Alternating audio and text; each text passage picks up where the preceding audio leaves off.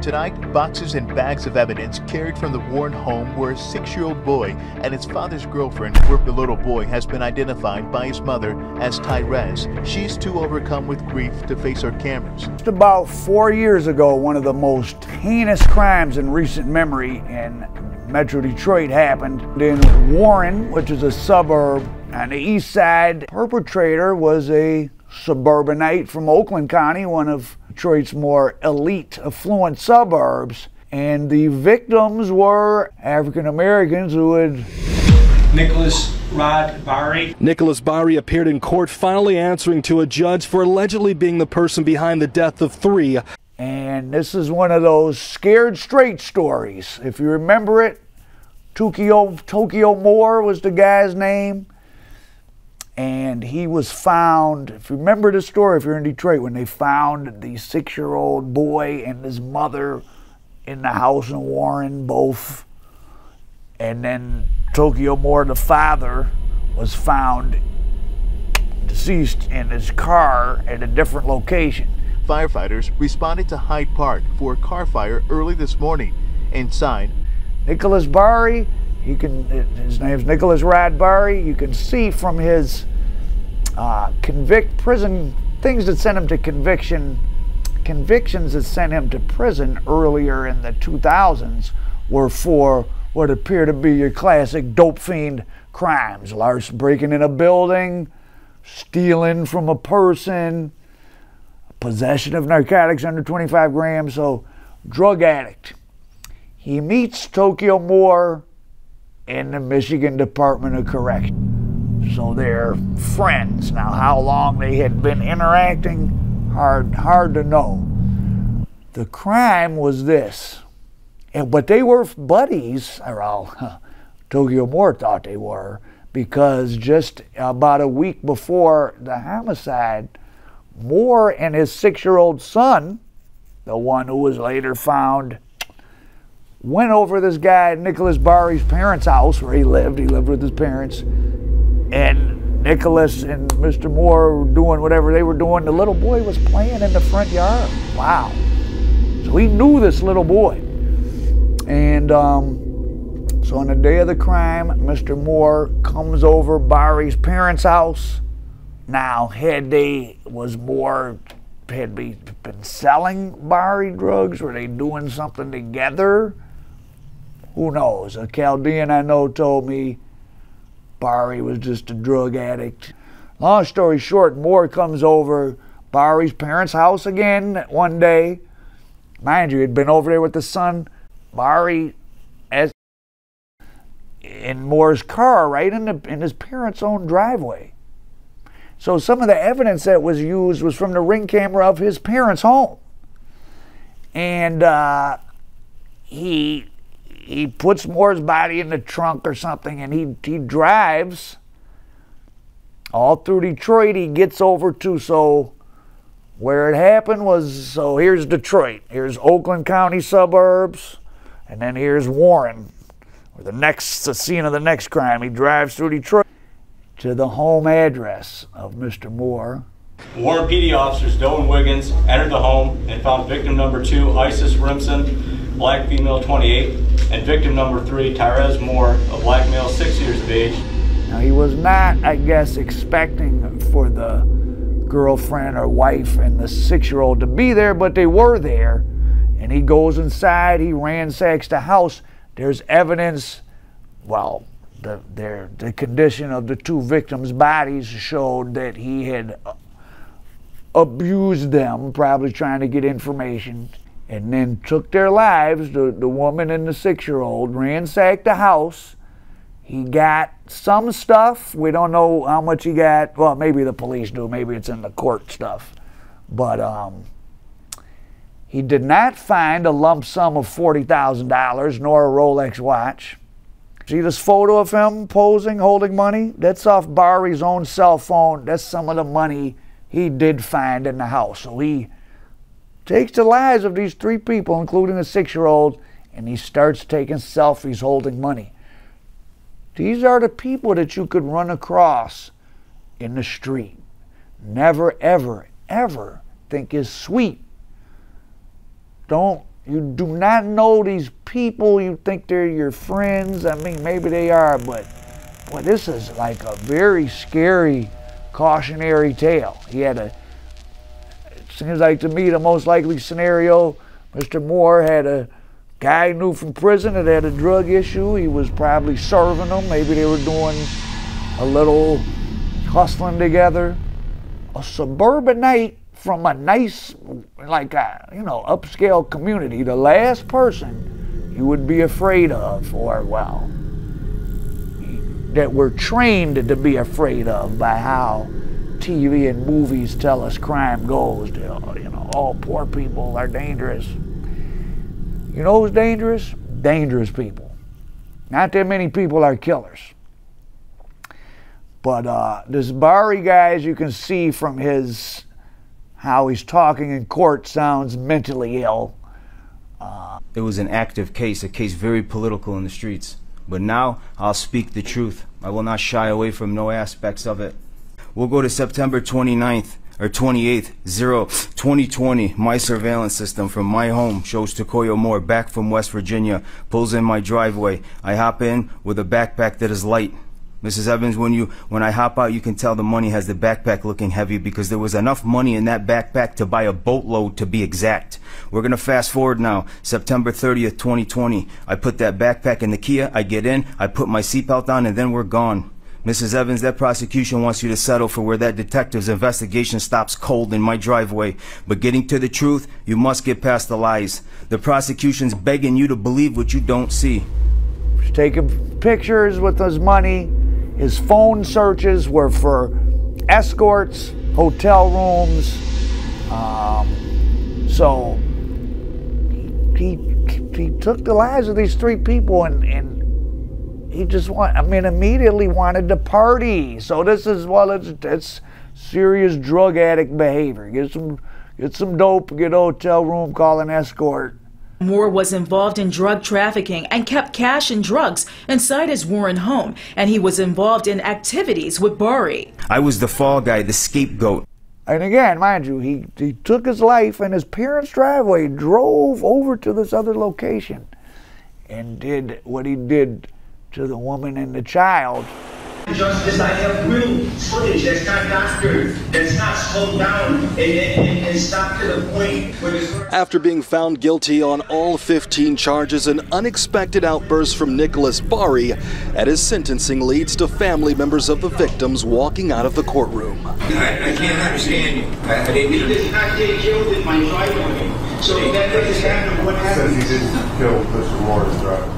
It is the sentence of this court, the defendant be remanded to the custody of the Michigan Department of Corrections for a period of life without parole, no days credit. That investigation was impeccable. Them knowing each other from prison, I know about it. I had a kind of a personal connection, not connection, but to another famous Detroit crime from about maybe 2011, where it made national news too, where a little girl called 911 and said, I'm hiding in the bathroom and there's a man killing my mommy and daddy. And the 911 operator thought, oh, quit playing on the phone, and they didn't send the police for a while. Well, luckily the little girl survived, but the mother and father had been taken out, and it was all over a pair of Cardis and maybe, I don't know, 100 of them blue pills people like. But this is back when those were real. And the reason I said I know, I don't have a connection to it, but the person convicted of doing it, or the people, I'm sorry, the two guys convicted of doing it, I was around them all the time. They were my buddies. One of them was his half-brother, who had just done about 20 years in prison and got out and didn't have anywhere to stay, so he was staying with my boy. And then my boy had like a guy younger than him that was kind of his, I don't know, sidekick, because my boy had a little minor little street operation, or whatever you want to call it, going on. And by minor, I mean minor. And so this, my boy's half-brother, bumps into a guy he knew from prison at the Home Depot, I think on West 7 Mile, and they talk, oh, I want to get some PILLS's, and they set up this little drug deal, which was like a, I don't know, like a $3,000 drug deal. It wasn't. And they take them both out. And the little girl hid in the bathroom, and I think 3/1/2010 at 8:50 p.m. Emergency 911, where's the problem? My mommy's in the basement, and I need emergency, and I need, hello? Where at? I'm at, and I'll go ask my mommy. Mommy, I'll tell you, I don't know where he is. Okay, put your mom on the phone if she's there. She's almost there, please. Okay, you. So I know both the driver of the car and the guy, the trigger man. I don't know if there was a third person or there was someone who wasn't caught. I'm not sure. I don't want to. But, so, and then the guy I know. So supposedly the brother, because the brother was like somebody. He had been in prison all those years, and he's known in prison on the streets. I don't want to say their names, but supposedly he sent someone over to their house, over to my boy's house to get him, like his brother.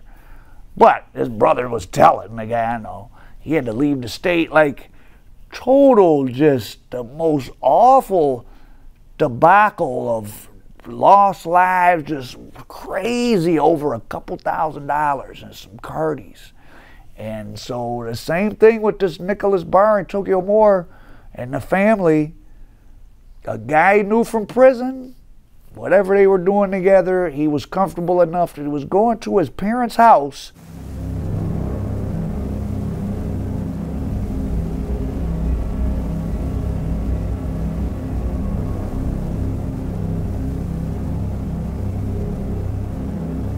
I'd be dealing with these dope customers and all that. I come from the era when I was 15, 14, 13, 16, 17, it was this late 80s, early 90s, selling crack. I'd always felt uncomfortable because that was at the era, a lot of the crackheads were like 26-year-old guys from the hood who just got out of prison. They weren't these emaciated crackheads. They were like intimidating crackheads, beating on the door. You know they ain't got no money. Let me in. You gotta hold the gun up to the door, like, get the fuck off the porch. So I never took it for granted, and I never liked selling hard drugs. All them people always weirded me out. But what a disturbing and crazy story. All of 3 people, including a 6-year-old. So that he was holding that money up like in a rap video. So this guy Bahri, crazy person, but always remember somebody that's, someone that's gone over the edge of like really, oh, I'm doing lots of hard drugs every day. Like that's a mental illness, like something's the matter with you. Don't forget that. Like, don't take them for granted or whatever. Like something is wrong with them. By definition. So that's why we're making a documentary Beyond Street Dreams, because you need to start thinking about something else. Streets are dangerous. There's no easy money. You think you're getting something for nothing. Now Bahri knew enough about Moore's activities. His defense is that I'm just the fall guy. Moore was involved in all this other stuff. He had just come back from West Virginia. For those of you that's from Detroit, you know what the West V turnarounds are. But so it sounds like Bahri was trying to make it sound like, oh, anybody could have done this. But the Warren police presented Ring camera footage of him in the driveway, in his parents' driveway, doing it, and then driving his body over to the other scene of the crime. So If you're not familiar with, this doesn't have this, I don't want to connect Chaldean Americans to this craziness, but just if you don't know what a Chaldean is, those are Christian Iraqis, people from Iraq that are Christians. They're pretty much mainly only in Metro Detroit. There's some in Chicago, there's some in San Diego. Just like all ethnic groups or all groups of people, some of them engage in crime. And in fact, back around 89, 90, they had a thing called the New Mob. Because I lived at 6 Mile Woodward, that's where I grew up at, and they were at 7 Mile in Woodward. And there was an infamous murder at my neighborhood liquor store where some of the Chaldeans paid some guys to machine gun the rival Chaldeans at the store on 6 Mile, but of course they killed an innocent bystander. So that's a whole nother story. But here's a little old news footage that might jaunt your memory about the New Mob. Al Prophet, American Dope. New mob, the new wave of gangsters. They are young, second-generation Chaldeans who have moved aggressively in the last 2 years to control racketeering in the Detroit area, particularly drug trafficking. Chaldeans are Catholics from Iraq who immigrated to the United States to avoid religious persecution. They're together. Okay, that's a 14. They are together. 3 men meet in a Dearborn shopping center parking lot. The man on the left is Jaime Geraldo, a Colombian drug supplier and money launderer. He and his brother Norberto were based in Detroit, working for the Colombian cocaine cartel. It appears there's going to be a transfer of packages. Jargus and Mezzi would give Colombian drug traffickers suitcases brimming with cash. Undercover customs agents accounted for $8 million in drug profits collected for the cartel in Detroit. Customs investigators kept the Detroit-based Colombians under nearly continuous surveillance over a 3-month period. We observed them to meet only with suspect Chaldean drug traffickers and no one else. That $8 million could have come from only one source, and that was the Chaldeans.